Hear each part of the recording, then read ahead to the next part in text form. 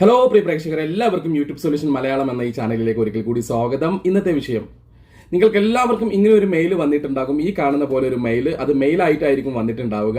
ഇതെന്താണ് എന്ന് ചോദിച്ചാൽ വളരെ ലളിതമായി പറയാം. നിങ്ങളുടെ YT സ്റ്റുഡിയോയിൽ ഇന്നലകളിൽ ഇതുപോലൊരു നോട്ടിഫിക്കേഷൻ വന്നിട്ടുണ്ടാകും. ഇതേ നോട്ടിഫിക്കേഷൻ തന്നെയാണ് ഇതേ മെയിൽ എന്നുള്ളത് മനസ്സിലാക്കുക. അതുകൊണ്ട് തന്നെ പലരും സംശയം ചോദിക്കും. ഒരേ കാര്യമാണ്, പലർക്കും അറിയാമെങ്കിലും അറിയാത്തവർക്ക് വേണ്ടി മാത്രമാണ് ഈ വീഡിയോ എന്ന് പറയുന്നത്. അതേ മെയിൽ തന്നെയാണ് ഇത്.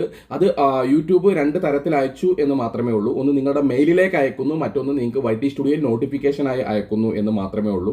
അത് ചെയ്തവർ ഇത് ചെയ്യേണ്ട ആവശ്യമില്ല. ഇത് ഓൾറെഡി നിങ്ങൾ ഇത് ചെയ്യാൻ ശ്രമിക്കുമ്പോൾ അവിടെ അക്സെപ്റ്റ് ചെയ്യുമ്പോൾ തന്നെ അവിടെ കാണിക്കാം ഓൾറെഡി നിങ്ങൾ ഇത് ചെയ്ത് കഴിഞ്ഞു എന്നുള്ളത് അവിടെ കാണിക്കും.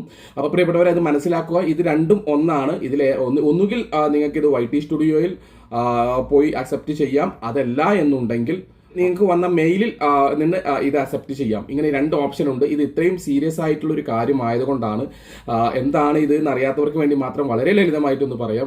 YPP വന്ന ചില റൂൾസ് ആൻഡ് റെഗുലേഷൻസ് നമ്മൾ അക്സെപ്റ്റ് ചെയ്യുക എന്നുള്ളത് മാത്രമാണ്. ഇത് നിർബന്ധമായും വലിച്ചു നീട്ടാതെ ജനുവരി 31 വരെ സമയമുണ്ടല്ലോ, നമുക്ക് അപ്പോൾ ചെയ്താൽ പോരെ എന്നുള്ള ആ ഒരു ഇതുവരേക്ക് വലിച്ചു നീട്ടാതെ പെട്ടെന്ന് ചെയ്യാൻ ശ്രമിക്കുക എന്നുള്ളതാണ്. ഇത് നിങ്ങൾ ചെയ്യാതിരുന്നാൽ നിങ്ങളുടെ വരുമാനം പൂർണ്ണമായും നിലക്കാൻ സാധ്യത വളരെയധികം കൂടുതലാണ് എന്നുള്ളത് മനസ്സിലാക്കുക.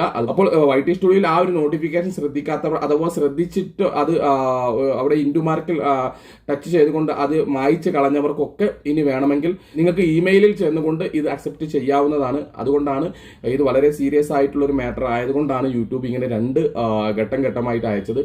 ഒന്നുകൂടി ഞാൻ വളരെ ലളിതമായിട്ട് പറയാം. അക്സെപ്റ്റ് ചെയ്യുക എന്നുള്ളത് ഇതുപോലെ ഒരു നോട്ടിഫിക്കേഷൻ വന്ന് കാണും. അത് ജസ്റ്റ് ഒന്ന് അക്സെപ്റ്റ് ചെയ്ത് കഴിഞ്ഞാൽ ഇങ്ങനെ മുകളിലേക്ക് ജസ്റ്റ് ഒന്ന് സ്ക്രോൾ ചെയ്യുക. മുകളിലേക്ക് സ്ക്രോൾ ചെയ്യുമ്പോൾ അവിടെ ടിക്ക് മാർക്ക് കാണും. അത് ടിക്ക് ചെയ്യുക. വീണ്ടും ഇതുപോലെ വരും. വീണ്ടും മുകളിലേക്ക് ഒന്ന് സ്ക്രോൾ ചെയ്യുക. വീണ്ടും ടിക്ക് ചെയ്യുക എന്നുള്ളതാണ്.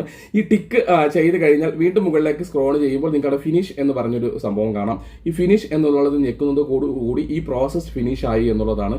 കേവലം 3 സ്റ്റെപ്പേ ഉള്ളൂ. കഴിഞ്ഞ വീഡിയോസിൽ ഞാൻ വളരെ വിശദമായി പറഞ്ഞിട്ടുണ്ടായിരുന്നു. ഈ കാണുന്ന മെയിലുകളും അത് കാണുന്ന നോട്ടിഫിക്കേഷനും ഒന്നാണ് എന്നുള്ളത് മനസ്സിലാക്കുക. ഓക്കെ, അപ്പോൾ ഇത് ഒരുപാട് ആളുകൾ സംശയം ചോദിച്ചത് കൊണ്ടാണ് ഒരേ വിഷയത്തെക്കുറിച്ച് 2 വീഡിയോസ് ഇടേണ്ടി വന്നത്. നിങ്ങളുടെ യൂട്യൂബ് പരമായിട്ടുള്ള എല്ലാ സംശയങ്ങളും നിങ്ങൾക്ക് കമന്റ് ബോക്സിൽ ചോദിക്കാവുന്നതാണ്. അല്ല എന്നുണ്ടെങ്കിൽ എൻ്റെ വാട്സപ്പ് നമ്പർ ഉപയോഗിച്ച് അതിൽ ചോദിക്കാവുന്നതാണ്.